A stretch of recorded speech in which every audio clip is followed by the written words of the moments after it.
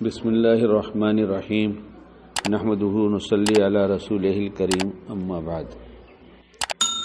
تعارف ایک الگ بات ہے اور تعارف ہو جانے کے بعد عشق ہو جانا ایک الگ بات ہے۔ تعارف ہمارا بہتوں سے ہے، لیکن عشق ہمارا کہاں ہے، کس کے ساتھ ہے، یہ سب کو پتہ ہے۔ صحابہ کی زندگی میں جب نبی کا تعارف ہو گیا تو نبی کے تعارف کے ساتھ عشق بھی ہو گیا، اور یہ عشق دھیرے دھیرے بڑھتا رہا۔ اس کی دلیل میں ایک بات یہ ہے کہ ہندہ ایمان نہیں لائی، فتح مکہ کے بعد بھی دیکھا کہ رات کیسی گزرتی ہے ہماری زبان میں۔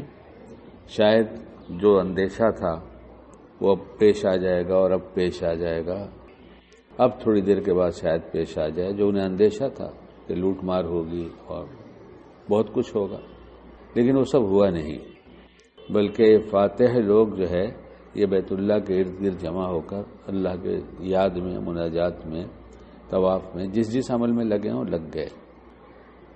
اور پھر ہندہ صبح میں جب ایمان لائی تو اس وقت کا ایک جملہ میں نے بہت پہلے کبھی کتاب میں پڑھا تھا کہ یا رسول اللہ، ایمان لانے سے پہلے مجھے آپ سے زیادہ خراب چہرہ کوئی نہیں دکھتا تھا، لیکن ایمان لاتے ہی مجھے آپ سے زیادہ کوئی حسین نہیں دکھتا۔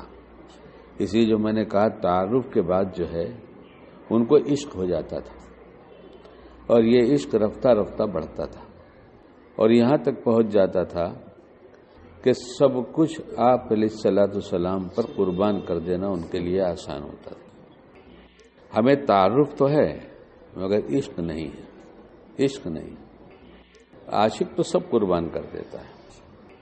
اس لیے یہ ہونا چاہیے یا نہیں ہونا چاہیے ہم سب سوچیں تو قرآن اور حدیث اور سب شریعت سب اٹھا کے دیکھ لو تو عشق ہونا ہی نہیں چاہیے، بلکہ سب سے زیادہ عشق ان سے ہی ہونا چاہیے، تو سب کچھ قربان کرنا آسان ہوگا۔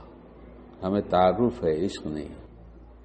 عشق نبی جس کو مل جاتا ہے اس کی زندگی بدل جاتی ہے۔ انہوں نے اپنا سب کچھ قربان کر دیا صحابہ نے، اور ہوتا تو اور بھی قربان کر دیتے، جتنا تھا وہ تو لگا ہی دیا، اور ہوتا تو اور بھی قربان کر دیتے، اور ہم اپنے جذبات قربان کرنے کو تیار نہیں۔ اپنے جذبات کہ میرے نام اعمال میں جو کچھ لکھا جا رہا ہے یہ تو لکھا ہی جا رہا ہے، بلکہ ہمارے اعمال کو آپ علیہ السلام کے سامنے پیش بھی کیا جاتا ہے، تو ان کو تکلیف ہوتی ہے یا وہ خوش ہوتے ہیں۔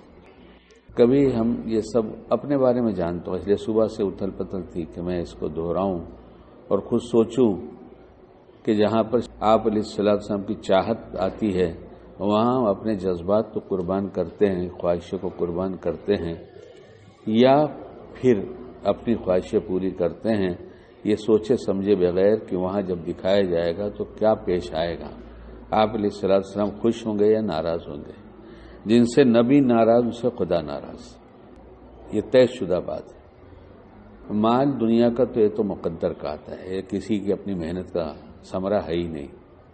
سب کروڑ پتی بننا چاہتے ہیں، لیکن جس کے مقدر میں جتنا ہے اتنا ہی ملتا ہے۔ یہ کوئی کامیابی کی دلیل نہیں ہے۔ کامیابی کی دلیل ہے کہ آپ علیہ السلام کے ساتھ عشق بڑھتا جائے، اور جو عشق بڑھتا جائے گا تو اس وقت پتہ چلے گا جب ہمارا ہر عمل سنت کے مطابق ہوگا۔ ہر عمل سنت کے مطابق ہوگا تو عشق بڑھے گا، عشق بڑھے گا تو مزید تلاش ہوگی کہ اس کی سنت کیا ہے، پھر اس پر عمل ہوگا تو عشق اور بڑھ جائے گا، پھر تلاش ہوگی کہ اس کی سنت کیا ہے، ورنہ بے فکر ہو کر زندگی گزاریں گے اور پھر آخرت میں جب منہ دکھانا ہوگا تو اس لائق ہم نہیں ہوں گے۔ اللہ تعالی ہمیں آپ علیہ السلام کا عشق کامل نصیب فرمائے، عشق کامل، کمال کے درجے کا عشق عطا فرما دے، اور ہمیں جو کرنے سے ہمارے نبی خوش ہوتے ہیں وہ کرنے کی توفیق عطا فرما دے۔